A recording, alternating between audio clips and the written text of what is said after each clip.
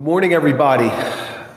Last weekend, I made just a couple brief announcements at the end of the Mass. I was told that I didn't have my microphone turned on, so I can't remember what I said, so it's not important. But anyway, well, hopefully we can hear all the announcements today because there's a very important announcement. I think many of you have heard Bishop Gaynor has issued a directive that now permits public masses to resume and our churches to open in Lancaster County on the weekend of June 6th and 7th. So our first public mass here at St. Leo's will be Saturday evening at our 4:30 Vigil Mass for the Solemnity of the Most Holy Trinity on the evening of June 6th. When I was growing up, that was known as D-Day, honoring the events of the Normandy invasion in 1944. I wish I could say the church is going to be open and we're going to be able to resume Mass like we did 2.5 months ago, but I cannot say that because the directive has issued that churches can reopen only with very stringent restrictions and procedures. And we're in the process of spelling those out in a detailed form. I'm going to send a letter to all of our parishioners. Father Logue is working on a video that's going to explain some of them. But I thought I'd just review a couple here today. We'll review them again next Sunday after the Mass.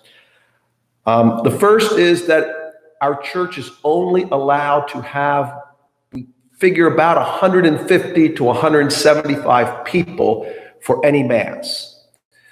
The reason for that is that we have to keep the 6 feet social distancing that is recommended by the CDC. So we are going to rope off some pews, but we're going to have to all use our common sense and our best judgment and respect of one another. Please do not sit or stand less than 6 feet to another person. Family members, of course, can be as close as they would like. Second major consideration is that all people attending Mass must wear masks, cloth coverings.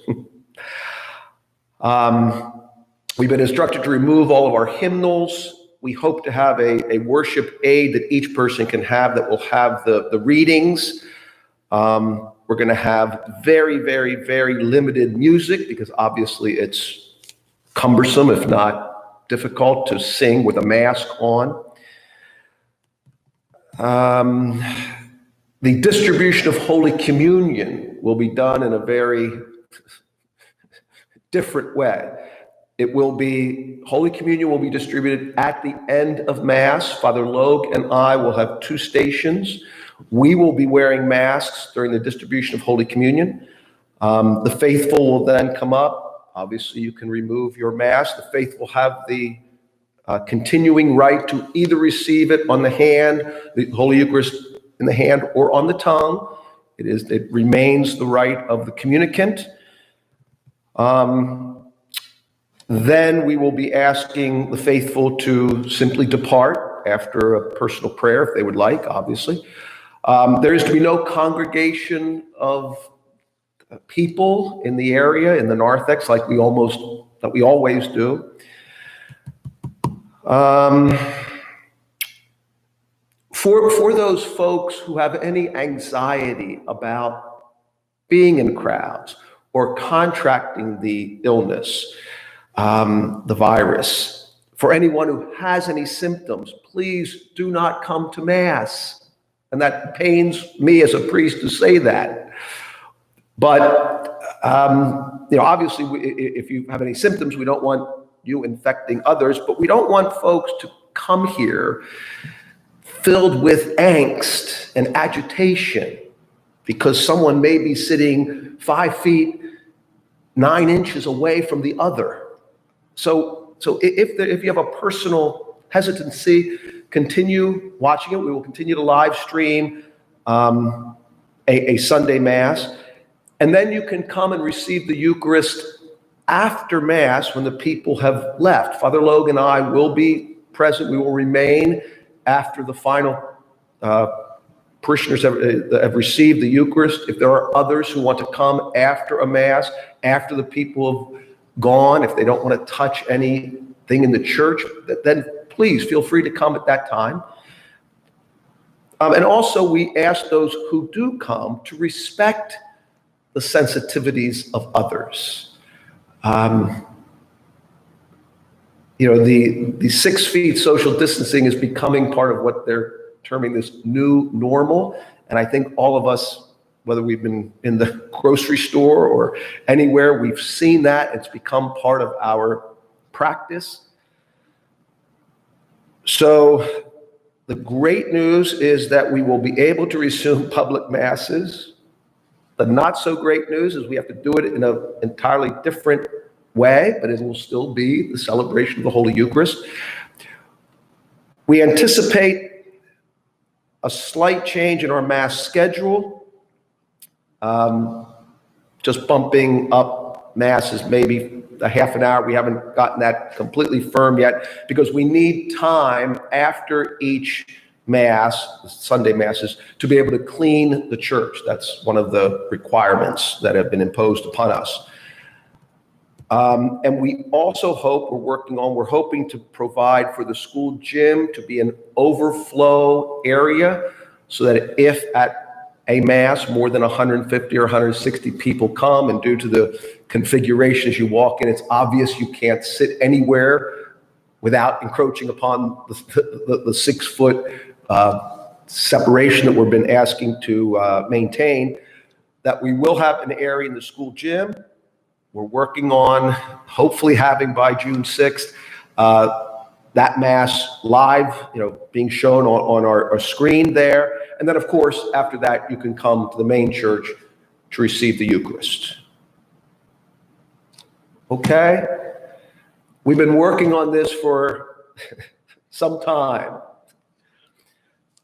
In my lawyer days, we used to say, if you tell something you tell them one time, they will never remember it. If you tell them twice, they probably won't remember it. If you tell them 3 times, they maybe will remember it. So we're going to try to keep presenting this message as often as we can, so that we can get into this habit that we need to get into so that we can celebrate the Eucharist together. Hopefully this time with these restrictions will be a limited one. It's anyone's guess how long it will be. But we continue to be guided, again, by what our bishop advises us to do, and we follow his directive as best as we can.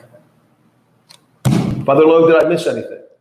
I would just add that even though public masses will resume under these restrictions, the obligation to attend Sunday Mass is still suspended. Thank you. See, it's good to be young. You don't forget things. And that will also be in the obligation to attend Sunday Mass, Sundays and holy days of obligation, is suspended indefinitely. So you don't have to come to Mass on Sunday, although hopefully we all want to. And that's also a good idea because we're going to have all of our Masses in the main church. So if you come on a Saturday night or a Sunday and it's too crowded and you don't want to go to the school gym, again, you can watch it on our live stream. And then if you want to come to the Monday morning Mass, where there will be, who knows, 40 or 50 people in the church, if that would make you more comfortable. That's another concern. But again, thank you. The obligation to attend Sunday Mass and on holy days obligation is suspended indefinitely. God bless you. Thank you.